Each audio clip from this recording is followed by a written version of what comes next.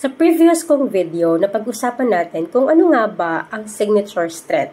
This time, pag-uusapan naman natin ang una sa 6 na virtues. So let's start with the first group of strength, ang wisdom and knowledge. So, si wisdom and knowledge, ito yung mga strength na ginagamit natin kapag kailangan nating mag-isip ng malalim, matuto ng bago, at intindihin ang mga nangyayari sa paligid natin. So, si wisdom and knowledge virtue, meron siyang 5 character strength. Okay?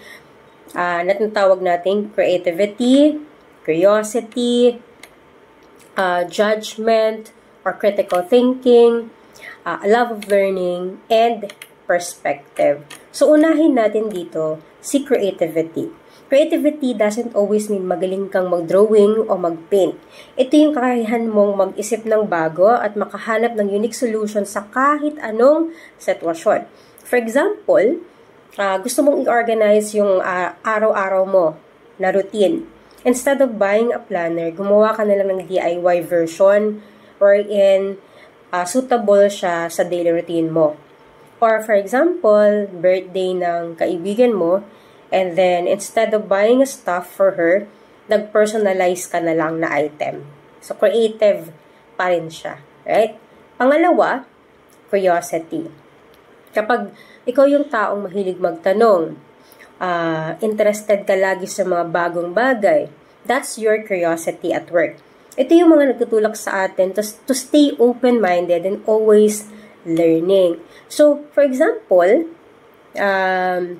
nag-scroll ka sa social media at may nakita kang terms, word na hindi mo ganong alam. So, instead of skip siya, ginoogle mo pa para kahit pa paano maintindihan mo pa ng malalim yung term na nakita mo sa social media. Okay. Pangatlo, judgment or critical thinking. Ito yung type of strength na mahilig mag-evaluate, mag-isip ng mabuti at i-consider ang iba't ibang anggulo bago mag-react or mag-decide. Sabihin natin na gusto mong bumili online, right? Instead na impulsively click na lang yung bagay na gusto mo and add to cart na agad. Nag-compare ka muna ng mga prices, nag-check ka muna ng brands, nag-check ka muna kung ano yung mas matibay, or possible, tinanong mo yung sarili mo, teka, essential ba talaga to? Makakatulong ba talaga to sa akin? Yan. Or, kapag nag-uusap kayo ng mga friends mo, may mga discussion sa group chat, instead na nakiki-agree ka agad sa mga sinasabi nila, those individual na merong high level ng critical thinking, ito yung nakikinig muna. Kailangan munang makita yung both side bago siya mag-comment. Nakikita dapat niya yung buong picture. So, that's critical thinking. Next, pang-apat, love of learning. Yan. Ito yung deep desire natin to learn something new. Kahit walang grades, kahit walang teacher, walang test na nasa harapan mo, natutuwa lang talaga yung isang individual dahil they love to learn something. Yung process kasi ng pagkatuto yung gusto nila. Okay? Doon sila natutuwa.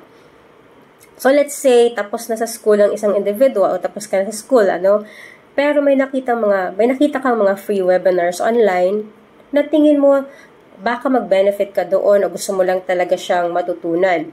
So, instead of skipping or instead of ignoring it, nag-join ka. Kasi free lang naman, right? Or ikaw ba yung individual na mahilig manood ng videos about documentaries, self-growth, o kahit yung mga other productivity tips na nakikita natin sa mga shorts, or YouTubes, or kahit nag-search ka talaga. Hindi lang dahil kailangan, kundi nag-enjoy ka talagang matuto. So, pang-5, last but not the least, ito yung perspective. So, yung strength na to, ito yung mga type of individual na may malawak at balance na pananaw. Hindi lang basta sa opinion, kundi meron din silang wisdom, may empathy, and of course, may depth. So, for those of you na may mga kaibigan na tingin mo maaasahan kasi binabalance din niya yung sitwasyon, sa tingin mo nakikinig siya ng maayos, hindi lang pakikinig, kundi nakikisimpatya rin. And then, hindi ka lang basta-basta binibigyan ng advice na okay lang yan, ganyan talaga.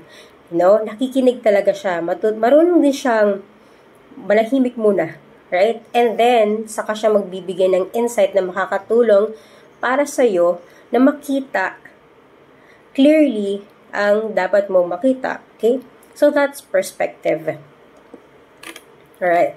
So, nakakatuwang malaman na kahit sa simpleng araw-araw na gawain, ginagamit pa natin ang wisdom and strength. So, minsan, di lang talaga natin napapansin, pero every time we get curious, things get through or help something with advice, that's our inner wisdom and action. Maganda dito, pwede pa natin itong i-develop. The more we practice using this strength, mas lalawak pa ang perspective natin. Mas magiging confident tayo sa decision-making natin at mas magiging open tayo sa learning. So, I have a question for you.